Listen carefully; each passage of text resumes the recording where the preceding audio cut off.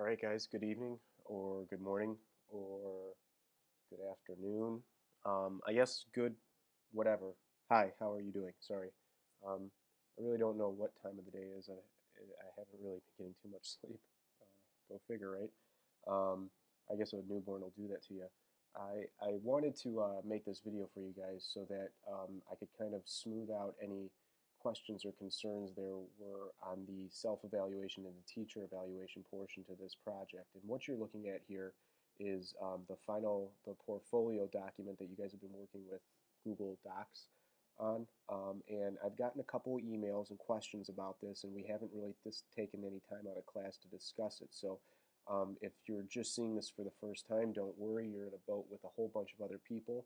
But because we have three weeks left, I found it, probably pretty important to go over and make sure that we discuss this.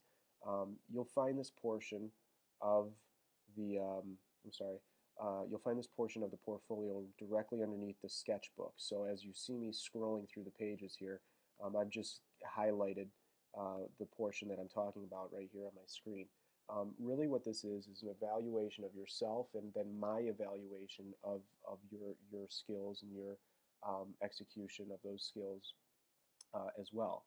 I thought the directions here were pretty self-explanatory, and I'm not going to read them for you individually, but basically to summarize what this says, uh-oh, my son Jonathan's waking up.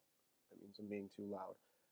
Basically what this means is you guys are going to be going through each one of these four areas that we've discussed prior to this class. I know it seems like a long time ago, but we've discussed these.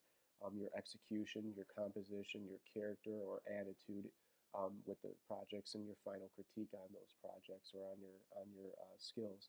And you're going to be giving yourself a grade. Your grade is going to be represented in the color blue, while my grade will be represented in the color red.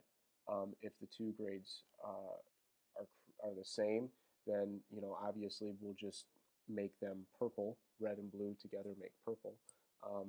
If they're not, you'll see what my overriding grade is right there highlighted in red. So what I want to do real quick is just kind of give you guys an idea. This right here, a lot of people think that they have to do something with this portion that I highlighted, and this is just, I guess, a key or a little definition as to what each one of the numbers mean. I've told this to people in the past. When you give scales, 1 to 10 or 10 to 0, make sure you explain what it is that the highest or the best is and what the lowest or the worst is. And here, our scale is going to go from 9 being the highest degree of proficiency. That's what I wrote there, but I guess in your guys' speech, this is what somebody would be doing if they're really, really confident in themselves or their abilities, and then 0 would be unacceptable, or in your guys' words, utter and complete fail.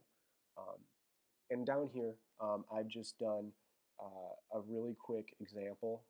Again, these examples, this is an example that's linked on my my web page. But what I've done here is, I've gone through 3 of these. I started off with the execution just to give you guys an idea of what I'm looking for. And here the first one that comes up is technical skills. What was your technique or craftsmanship with the project? And I graded myself a 9, as high as I could go. And my explanation for this was quite simple. In one sentence, I just said, I think my skills are pretty good considering I'm a teacher and I've done this before, which, I can't lie. I agree with that. The next one was risk taking. I can almost hear the sighs over the class. I can almost see people rolling their eyes, going, "Yeah, no kidding." The next one, risk taking. I gave myself actually I had a 7 up here to begin with, but I changed that to a 5. And this is where I think a lot of people get confused, because they think, well, if I give myself a low grade, doesn't that mean I'm going to get a low score? That's not what I'm looking for here. What I'm looking for here is a discussion of what you feel you have done throughout the last, 3 card markings with your projects. Now, the reason why I gave myself a 7 at first was I thought my risks were relatively high up there when I was doing either a ceramics project or a painting project, but that's not the case. I think my risk taking was fairly average, so I graded myself down to a 5, And the comment that I gave here in blue was there really weren't too many risks taken due to not wanting to confuse the whole class. I've got a couple people that when they watch me demonstrate something that might be a little bit more advanced, they think that they have to do it that way. And that's why I gave myself a 5, because I really didn't want to confuse too many people. The rest of the critique or the evaluation goes on to discuss ideas of composition, your use of elements and principles of art, character, your participation, your attitude, your effort within the projects, and then critiquing your overall workmanship in the class for the last 3 card markings. Like I said, you don't have to worry. We've already made the changes to the final 2-page paper portion, so you'll notice here I've just got that deleted and it's gone. Uh-oh. And now I'm making my son upset, so I got to cut this short. So if there's any questions, uh-oh, if there's any questions, let's take a brief pause and pick up the baby.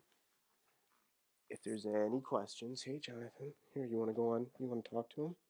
You want to talk to him? No, you don't want to talk to him. If there's any questions, make sure you go ahead and ask it to me on my Twitter account. My Twitter account handle is at Mr. Pappas Teach.